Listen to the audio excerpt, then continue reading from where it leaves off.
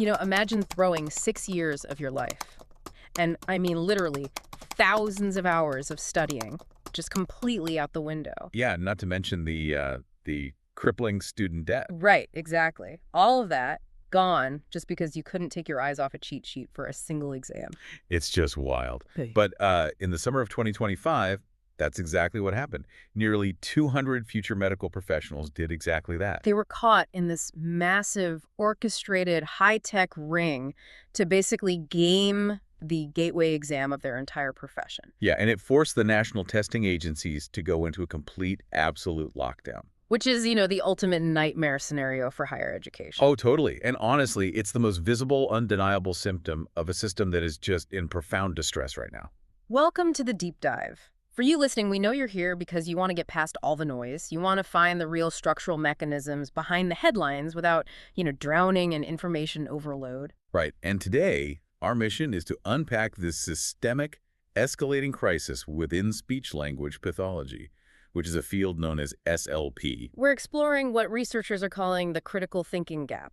And it is a real educational and diagnostic crisis. I mean, it's causing shockwaves from university lecture halls all the way to hospital recovery rooms. So to really understand the anatomy of this gap, we've stacked up a pretty fascinating mix of sources for you.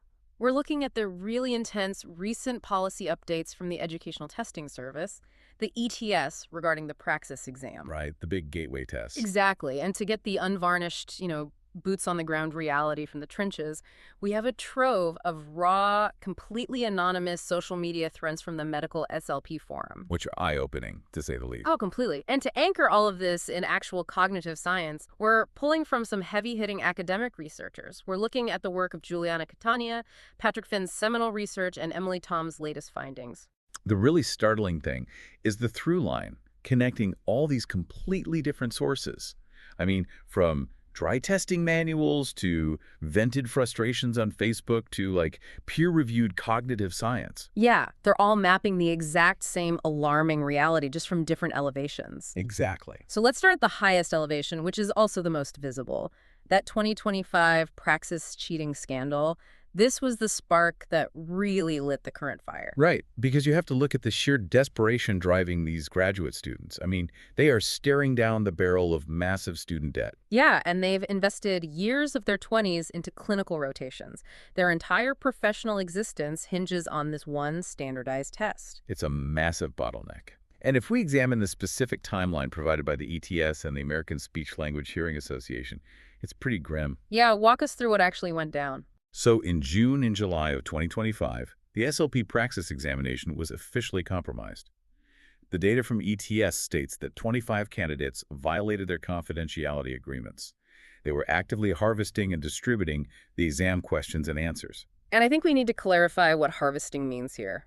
Because in the context of modern standardized testing, we aren't talking about, scribbling notes on a napkin in the bathroom. Oh, no. In the era of live remote proctoring, you have AI eye tracking software mapping your facial movements. It's analyzing the room through your webcam. So harvesting requires a really coordinated effort. Yeah, it involves screen mirroring, hidden cameras, or these really sophisticated memorization distribution networks. It's basically a heist. Right. It is an active, premeditated effort to breach test security.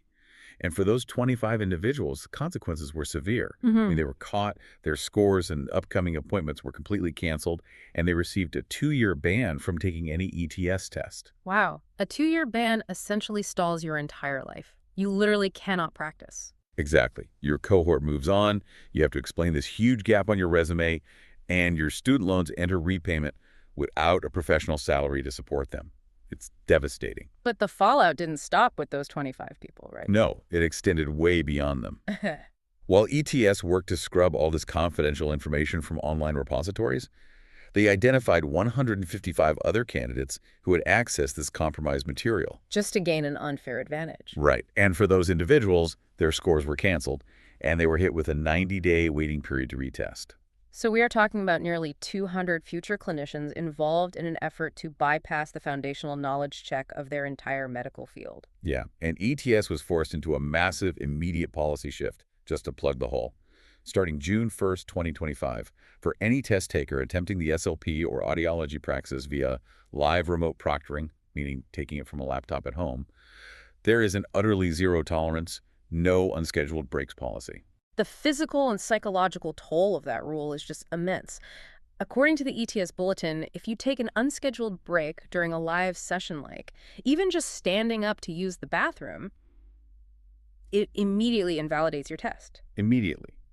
You are not eligible for a refund, and you have to wait 28 days before your next attempt. That's brutal. The only alternative is taking the test in person at a physical test center where your body can be, physically monitored by a human. Which adds a whole other layer of anxiety. Right. And this level of surveillance really forces us to ask a structural question. Are we just looking at a localized anomaly here? Like a few desperate students cracking under the pressure of a high-stakes test? Or is it something bigger? Yeah. Is this massive security breach a flashing check engine light for the whole educational vehicle? Are we seeing a deeper structural rot in how these professionals are being educated? Well, the research, when you combine it with the feedback from professionals in the field, points directly to a structural rot. The Praxis scandal is basically a textbook case study. A case study of what, exactly? Of what happens when weak reasoning skills, intense external pressure, and the normalization of ethical shortcuts all kind of intersect. This is not just a story about a compromised test. Right. It's a symptom of a broader mindset shift. Students are viewing their education not as preparation for treating complex human beings, but as an obstacle course of exams to be hacked, survived, and passed. It's the crystallization of a study-to-pass culture. Exactly. Yeah. The obstacle course mentality perfectly captures the transactional nature of the modern classroom. Yeah, it's very much like, give me the study guide, I will memorize the bolded terms, give me the correct multiple choice letter, and just hand me the degree. But to really understand the damage this obstacle course mentality is doing, we have to pivot away from the sanitized official ETS policy documents. We need to look at the boots-on-the-ground reality. What are veteran clinicians actually seeing when these study-to-pass students arrive in a medical setting? And let me tell you, the contrast between the university environment and the clinical reality is jarring. Oh, I bet. So we have this collection of screenshots from a massive online community called the Medical SLP Forum. Right. Now, to be clear with you listening, these are anonymous, anecdotal posts. They are not peer-reviewed data points. We want to be upfront about that. Yeah. However, when you see dozens, sometimes hundreds of professionals echoing the exact same specific sentiment, it really transcends mere venting. It becomes a valid qualitative observation of the field. It reveals the shared baseline of frustration among the people who are actually tasked with mentoring the next generation. So let's examine this frustration. There's this one concept a clinician dubbed the black and white generation. We have a post from someone going by anonymous member 315.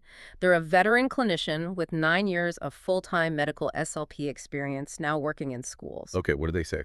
They wrote, and I quote, "I can tell you that the kids have no idea how to study. They don't need to study because everything is open book. They don't have critical thinking skills or inferential skills. Answers need to be in black and white for them to see it." Yeah, they even noted observing middle schoolers making the honor roll who completely struggle with basic reading comprehension. The phrase inferential skills is really the crux of that observation. Because in a live clinical setting, human biology and behavior never present as black and white. Never. A patient suffering from a stroke does not walk into a clinic with a textbook description of a swallowing disorder taped to their chest. Right, they don't have a multiple choice menu hovering over them. Exactly. A clinician has to infer. They have to take incomplete data, observe the physiological gray areas, synthesize the patient's entire medical history, and deduce the underlying mechanism of the problem. It's detective work. It is. And if a student's brain is wired to demand black and white answers because, well, that's all a multiple choice test requires, they are fundamentally paralyzed by the reality of clinical practice. Another clinician on the thread, Tara, echoed this exact paralysis. She noted that students aren't absorbing information into their long-term memory at all. They are merely holding onto the data just long enough to pass the assignment, and then they're just dumping it. Right. The brain just clears the cache. Exactly. But the forum discussions don't stop at just academic critiques.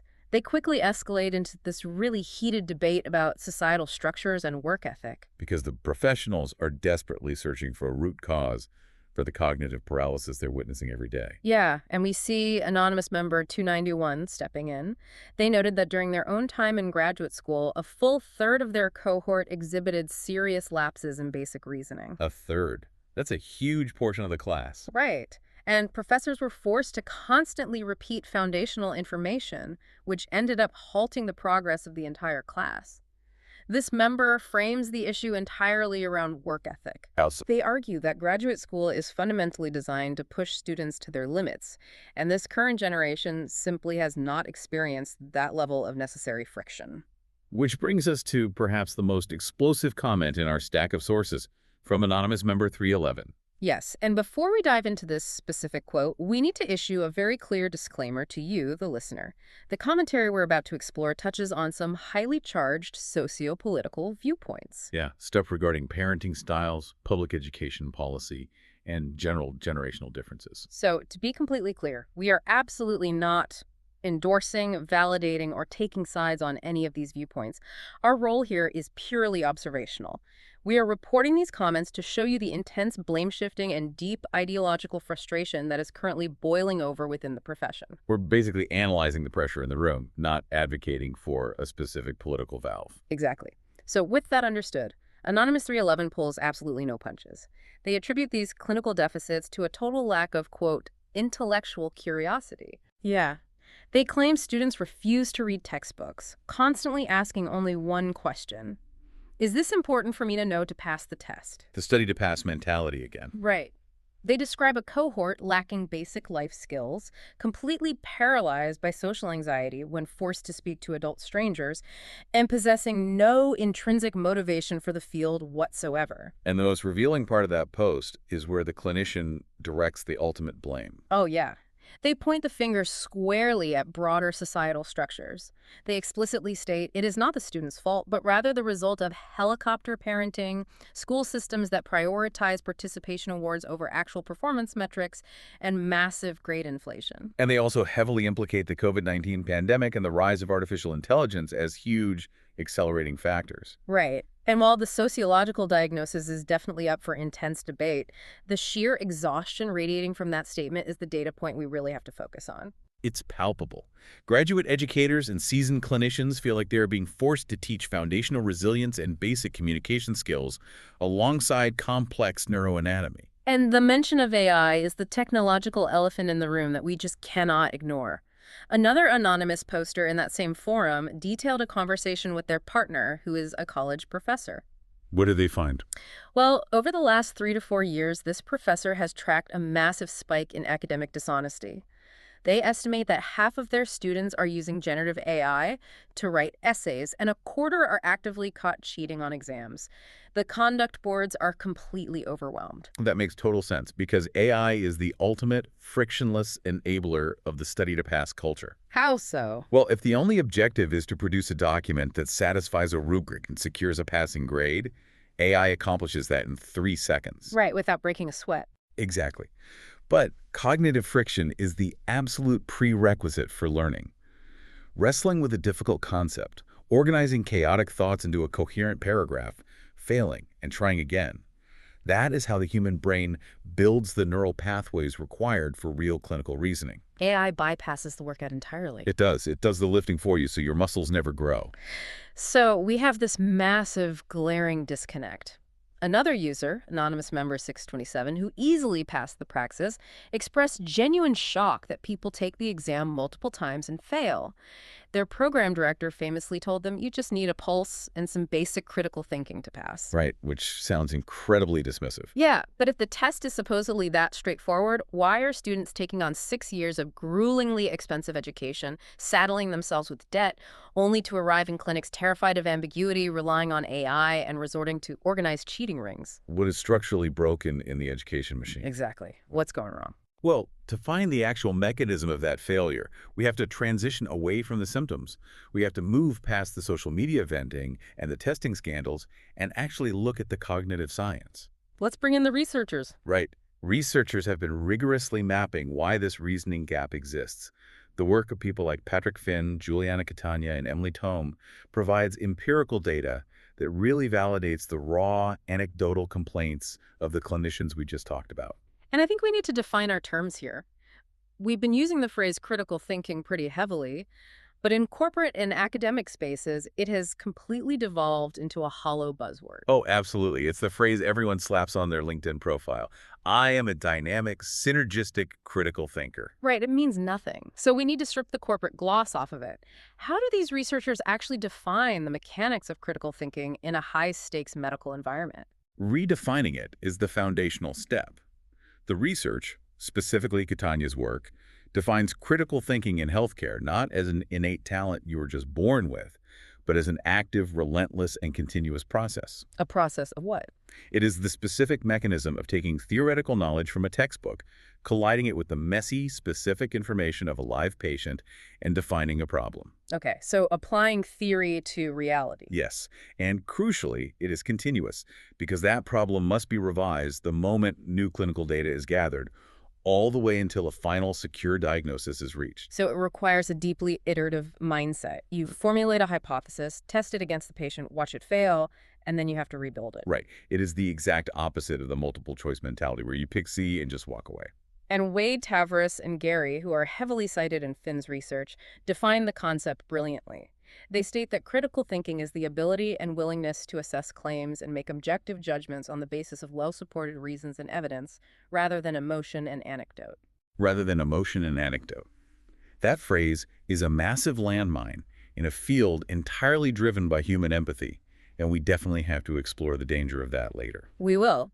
But first, I want to present a very common, almost naive assumption about higher education. Okay, lay it on me. The assumption is that if you place a 22-year-old in a university library for 6 years, force them to read dense, peer-reviewed medical journals, make them write 80-page thesis papers, and send them on clinical rotations, doesn't the sheer weight of that environment automatically forge them into a critical thinker? You'd think so, right? Right.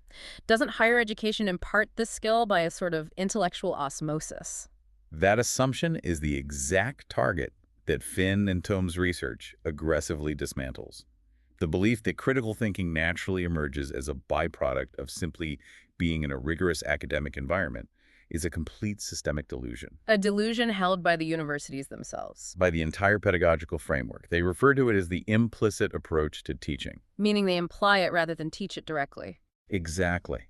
The implicit approach assumes that if a professor lectures on complex neurogenic communication disorders, the students will naturally absorb the cognitive framework the professor used to understand those disorders in the first place. They just kind of pick up the vibe of thinking. Right, but the empirical data proves this approach is a total failure. You cannot simply hope the cognitive transfer happens. The research shows students only learn how to think critically when it is taught explicitly as a distinct, isolated skill set. They need to be aware of it. Yes, the students must be made hyper-aware that their reasoning process itself is under evaluation, not just their final answer. So the osmosis myth is dead. But Tome's recent paper introduces a conceptual split that I found incredibly illuminating. She separates the broad concept of critical thinking into two highly distinct buckets: skills versus dispositions. Yes, this is crucial. Explain how those two mechanisms interact, because it blew my mind. This distinction is basically the master key to understanding why an academically smart student like someone with a 4.0 GPA can actually be a dangerous or an effective clinician. According to Tome, critical thinking skills are purely mechanical abilities. Okay, mechanical, meaning what? It is the ability to dissect the logical structure of an argument, to evaluate the statistical strength of clinical evidence, and to infer a reasonable conclusion based on data. That is the skill. Knowing the mechanics of how to process information? Precisely. Critical thinking dispositions, however, refer to a person's intrinsic tendency, their willingness or their ingrained habit, to actually deploy those mechanical skills in the real world. Okay, I want to use an analogy here to make this really concrete for you listening. It is the exact difference between possessing a gym membership and actually possessing the discipline to go to the gym at 5 in the morning when it's raining. That is a perfect analogy. The critical thinking skill is the plastic membership card in your wallet. You know where the facility is, you understand the biomechanics of a deadlift, you know exactly how to turn on the treadmill. But the disposition is the psychological engine that forces you off the couch.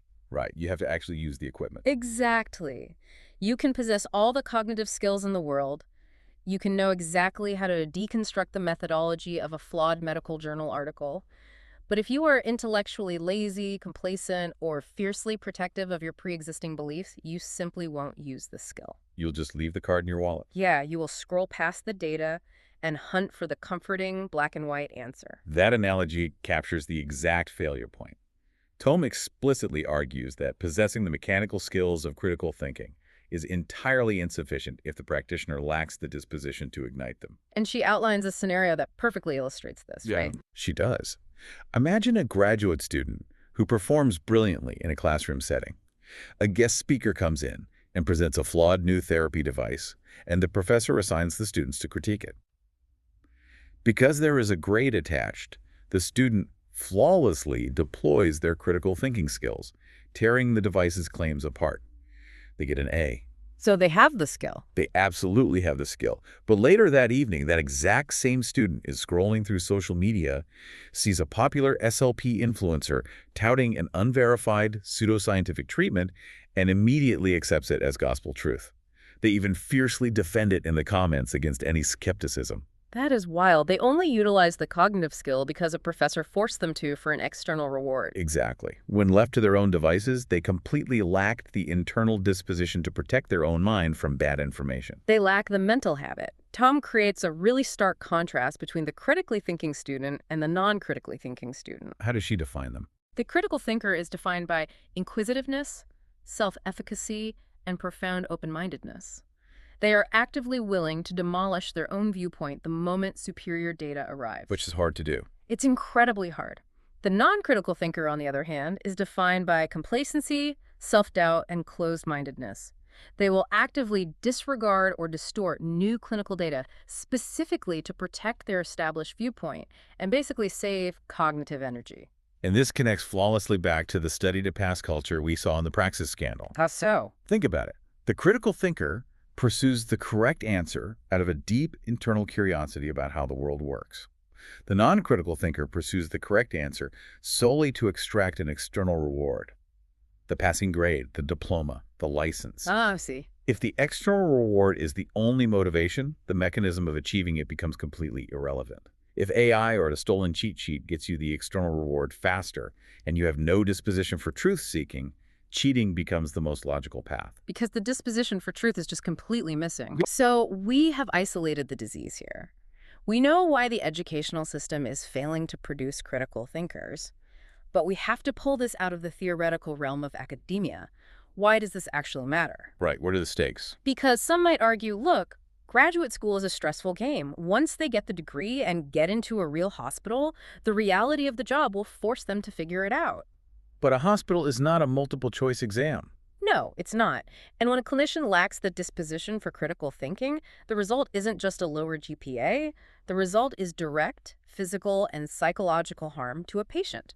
The stakes literally transition from academic to existential. This is where the reasoning gap becomes a matter of public safety.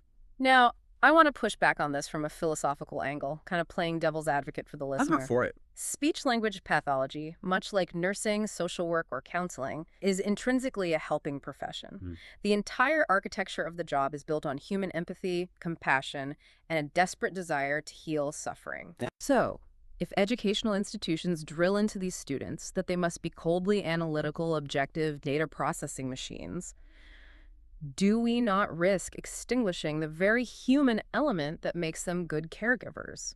Don't we want a medical system staffed by people who lead with their hearts? That is a deeply embedded philosophical tension in all healthcare education, and Finn's research addresses it head-on.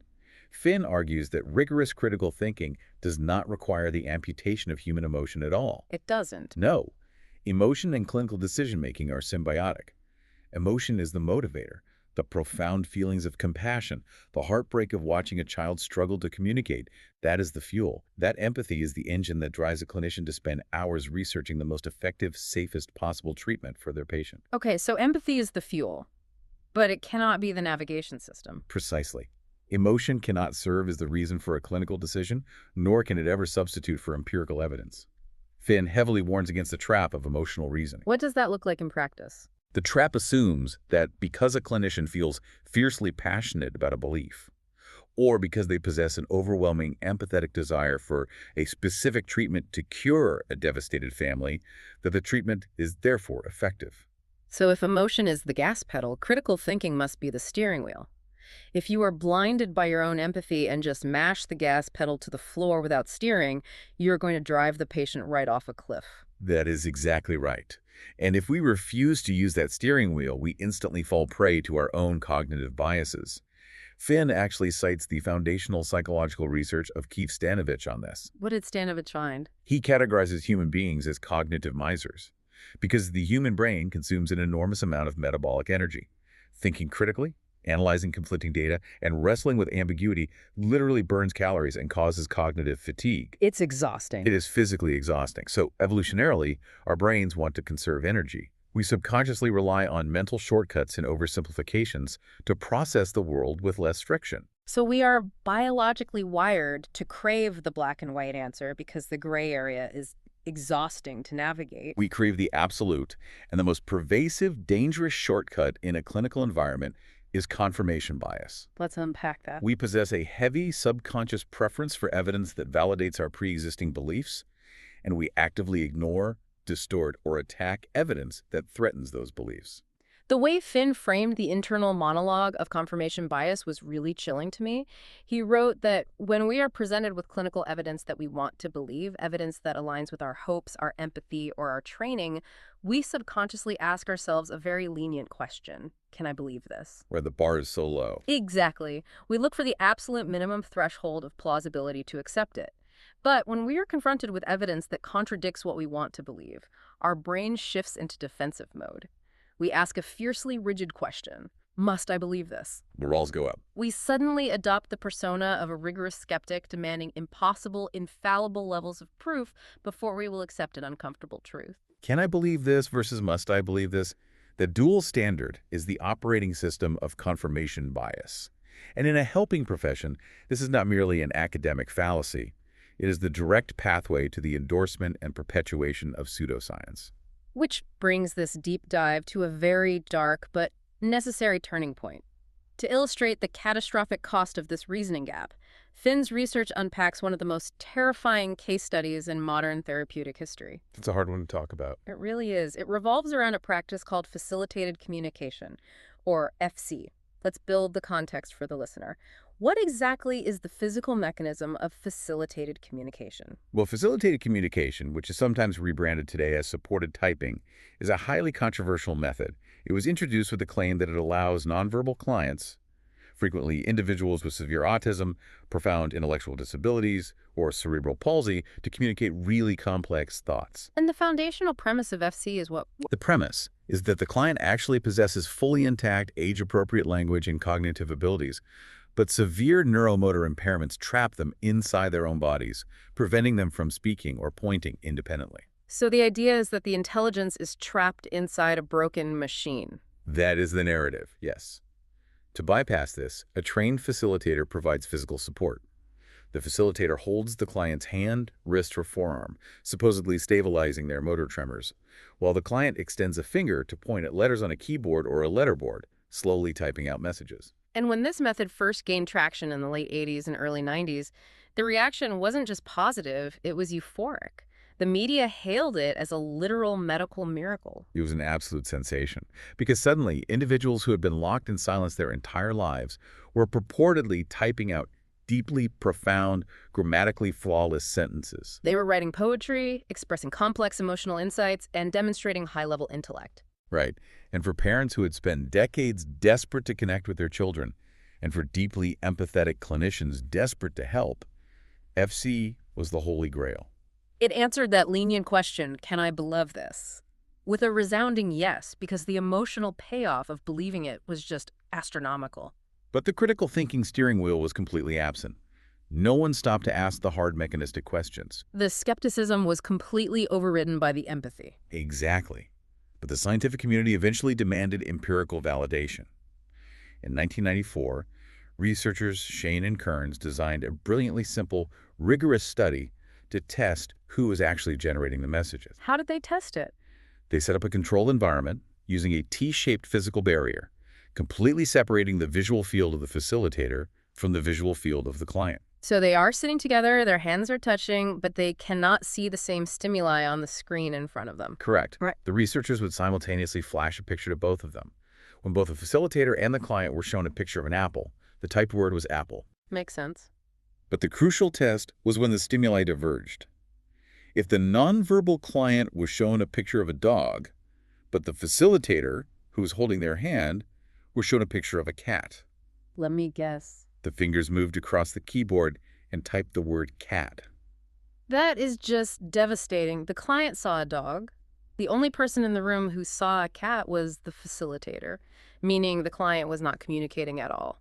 The study definitively proved that the facilitator was the sole author of the messages. But wait, were they just making it up? Were they lying? Here is the critical psychological twist. The facilitators were not intentionally committing fraud. They were not consciously moving the client's hand.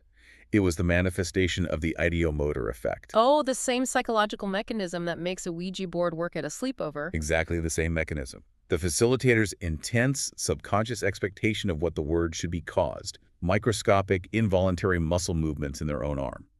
Because they were physically holding the client's hand, those micro movements guided the client's finger to the correct keys. So they didn't even know they were doing it. No. The facilitator's brain tricked itself into believing the resistance and direction were coming from the client. It was a massive collective delusion fueled by empathy and a total lack of critical evaluation. And despite this absolute, definitive debunking in 1994, Finn points out that facilitated communication never truly died. No, it just went underground. It rebranded, and it's actually seeing an alarming resurgence. Which brings us to the tragedy of Anna Stubblefield. This case study demonstrates how even the highest levels of academia are not immune to the ideomotor effect if the critical disposition is missing. The Anna Stubblefield case is the ultimate warning regarding unchecked confirmation bias. Stubblefield was not an uneducated person. She was a tenured professor at Rutgers University. She possessed massive intellectual capability. She did. She became a facilitator for a nonverbal young man with severe cerebral palsy, who was referred to in the case files as DJ. And because she was a professor, a literal professional academic, the public assumption is that she inherently possessed those critical thinking skills we discussed earlier. But the disposition, the willingness to apply that rigorous skepticism to her own emotional desires, was completely absent. Her unshakable, empathetic belief in the validity of facilitated communication totally blinded her. What happened? Over time, through the physical support of her hands on his, she believed DJ was typing deeply philosophical treatises. And eventually, the messages transitioned into expressions of profound romantic and sexual love for her. So the ideomotor effect was translating her own subconscious romantic desires through his hand, and she genuinely believed it was his voice. Her belief was so absolute that it culminated in her initiating a physical sexual relationship with DJ, operating under the tragic delusion that she had obtained his typed, enthusiastic consent. But legally, medically, and objectively, DJ did not possess the physical or cognitive capacity to consent to anything.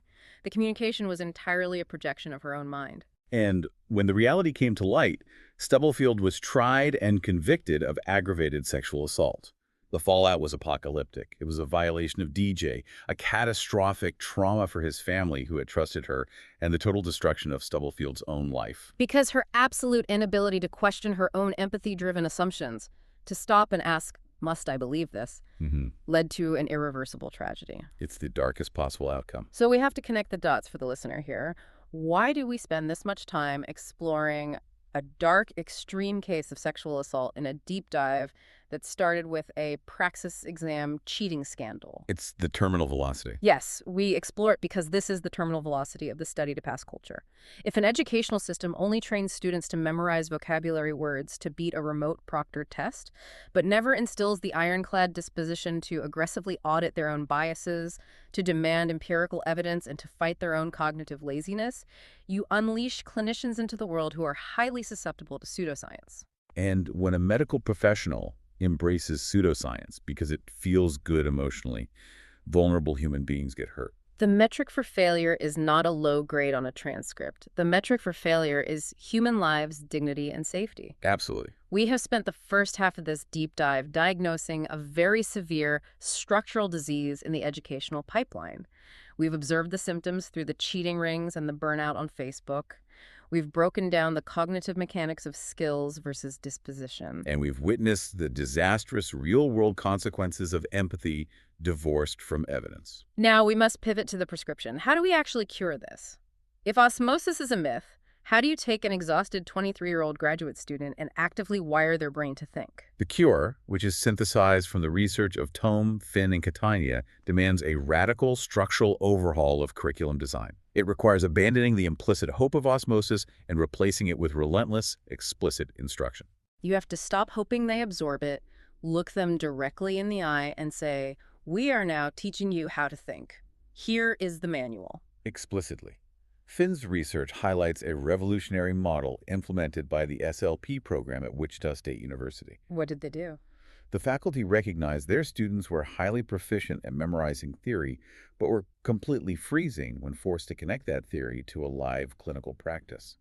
To fix this, they adopted a complete infusion approach. Let's define complete infusion, because we aren't talking about a single 2-hour elective seminar on ethics and thinking that a student sleeps through on a Friday afternoon. Far from it. Complete infusion means the mechanics of critical thinking are woven into the cellular DNA of every single course in the program, from day one to graduation. Wichita State utilized a specific analytical framework developed by Brown and Keeley, which is built on 10 fundamental questions for argument analysis. What kind of questions are we talking about? Give us some examples. They are questions designed to force cognitive friction. Questions like, what exactly are the issue and the conclusion? What specific words or phrases are ambiguous? What are the underlying value assumptions of the speaker? Are there logical fallacies in the reasoning? Right. How statistically valid is the evidence provided?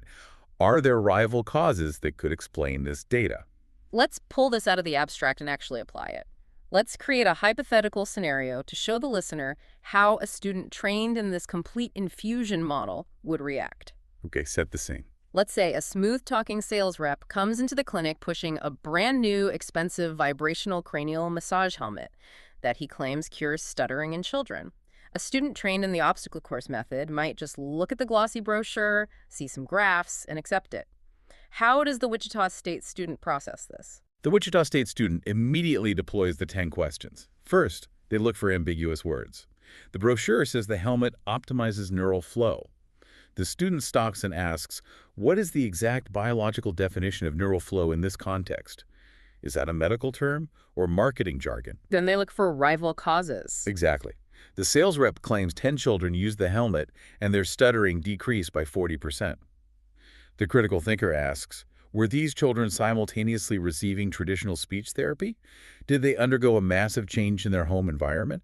Are there rival causes for the 40% decrease that have nothing to do with your helmet? They are auditing the evidence in real time. And Finn notes that Wichita State forces this audit constantly. They use a tool called a reading notes worksheet. Right, for every class. Before a student even walks into a lecture, they cannot just highlight a textbook chapter. They have to fill out prompts that force metacognition thinking about their own thinking. A prompt might ask, describe a specific instance in your own life where you created reasons solely to defend an opinion you already held. They are forcing the student to confront their own confirmation bias before they even look at clinical data. And this rigorous, explicit instruction has to extend beyond the classroom and deeply into the live clinical training, which is the focus of Catania's research.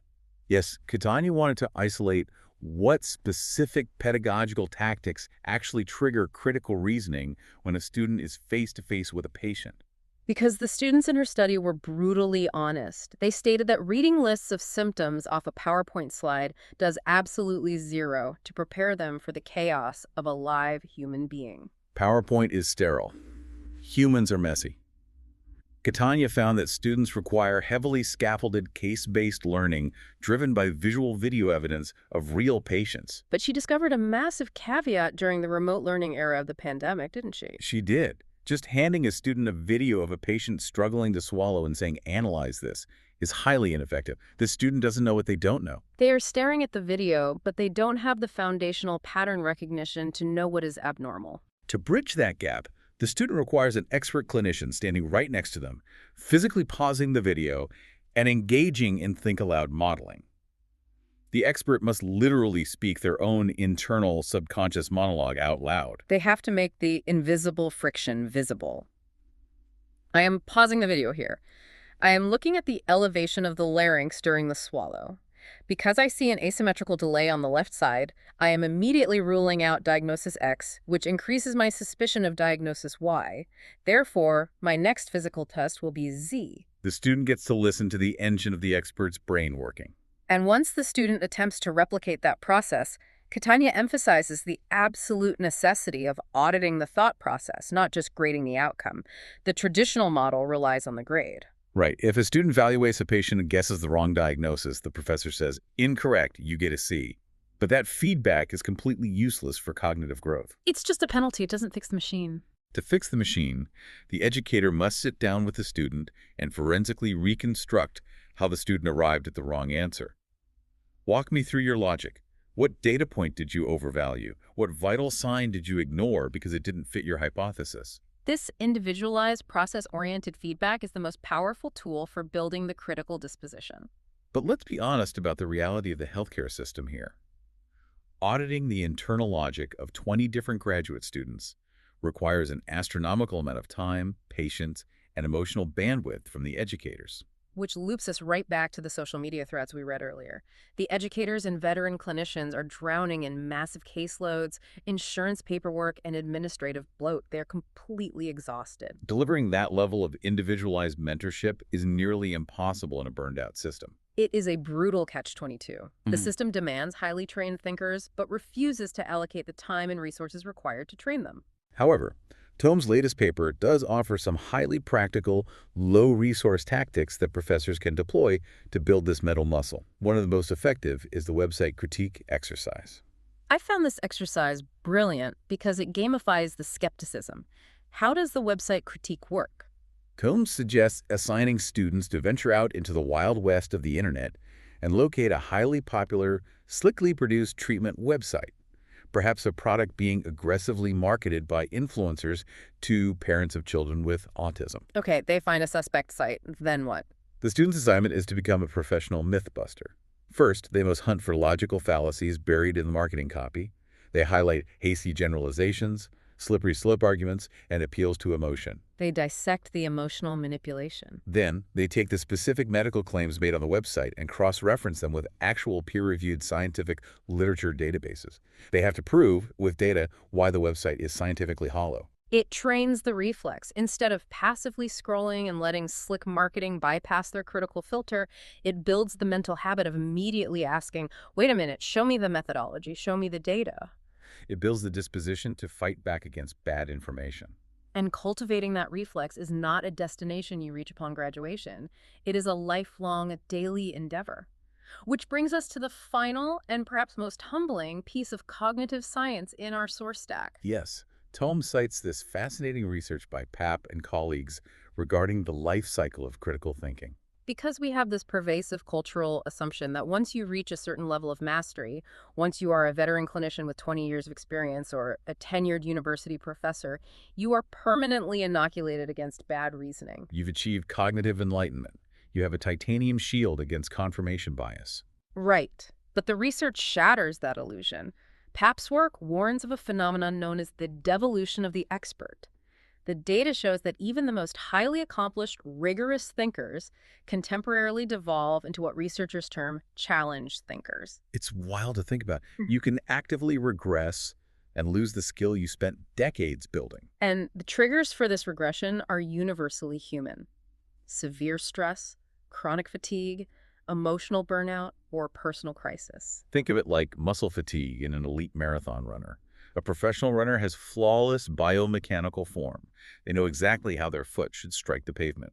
But at mile 24, when the physiological stress is maximized and the lactic acid is flooding their system, their form completely collapses. They start shuffling, their posture breaks, and they look like an amateur.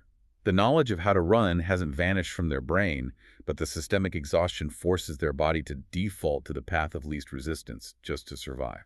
That is exactly what happens to the brain under chronic stress. When a clinician's cognitive resources are totally depleted by back-to-back patients, endless documentation, and lack of sleep, The brain defaults to being a cognitive miser. The disposition just evaporates. The expert starts looking for the easy, black-and-white answers again, relying on outdated habits because they simply do not have the metabolic energy left to wrestle with the gray areas. This connects the entire ecosystem of this deep dive together. The graduate students are exhausted, terrified, and crushed by the pressure of student debt and high-stakes exams, so their brains devolve into the path of least resistance, using AI or joining a cheating ring to pass the Praxis. And the veteran clinicians and professors are completely burned out by massive caseloads and a broken healthcare system, so their brains devolve into frustration, lashing out at the helicopter parenting of the next generation on Facebook. The systemic pressure of the environment itself is creating the exact physiological conditions that destroy critical thinking. Critical thinking is not a permanent badge you earn and pin to your lab coat. It is a fragile ecosystem. It is a garden. And no matter how beautiful the garden is, if you do not actively, daily protect it from the elements, pull the weeds of cognitive bias, and water it with continuous learning, it will be reclaimed by the wilderness. What a phenomenal image to encapsulate this crisis. We've covered an immense amount of territory today, dissecting this issue from every angle. Let's trace the arc of this journey. We began with the blinding symptom, the 2025 Praxis cheating scandal. It served as a massive, flashing warning sign that the suffocating study to pass culture has pushed a generation of students to abandon ethical reasoning just to survive the obstacle course. We then listened to the unfiltered, anonymous voices of the veteran clinicians dealing with the fallout on the clinic floor. They painted a picture of a black-and-white generation paralyzed by clinical ambiguity, heavily reliant on the frictionless shortcuts of AI, and lacking the foundational resilience to infer solutions. We brought in the heavy-hitting cognitive science to diagnose the mechanics of the failure. We completely debunked the myth that higher education imparts reasoning by osmosis, and we drew a hard line between the mechanical skill of critical thinking and the vital internal disposition to actually use it when no one is grading you. We stared directly at the terrifying, real-world consequences of this gap, examining the tragedy of facilitated communication and the Anna Stubblefield case. We saw how unchecked empathy, combined with confirmation bias and the ideomotor effect, can lead highly intelligent people to endorse pseudoscience that causes irreversible harm. And finally, we explored the rigorous necessary cure. We looked at the complete infusion model of explicit instruction, the necessity of forcing students to audit their own cognitive biases, the power of expert think-aloud modeling, and the humbling reality that even the greatest experts can devolve under the crushing weight of systemic burnout. It is a crisis that demands a total paradigm shift in how we measure, reward, and protect human reasoning in healthcare. Which leaves us with a final provocative thought for you, our listener, to mull over as you go about your week. We have spent an hour dissecting the specific ecosystem of speech-language pathology, but the architecture of this crisis applies to every single profession that requires human judgment. It really does.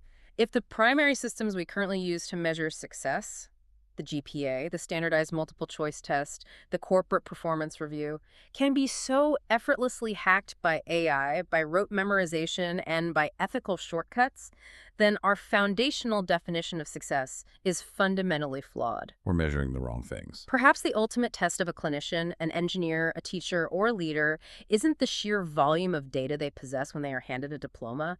Maybe the ultimate test of a professional is the caliber of questions they are brave enough to ask the moment they realize they don't know the answer. It's the real test. Look closely at your own field, your own office, or your own classroom. Are you building systems that merely reward the regurgitation of the right answers? Or are you actively rewarding the hard, exhausting, messy, continuous process of finding them? Because the disposition to embrace that messy process is the only thing that actually moves humanity forward. We started this deep dive talking about the comfort of the black and white answer. We love the visible, clean lines of a multiple choice test. We want the world to be binary. But humanity is not binary. The human mind is infinitely complex, and the diagnostic landscape of our lives will always be murky, shifting waters. The only way to navigate those waters without crashing isn't by staring at a stolen cheat sheet. It is by building a compass forged in rigorous, relentless critical thinking. Thank you for joining us on this deep dive. Keep questioning the world around you.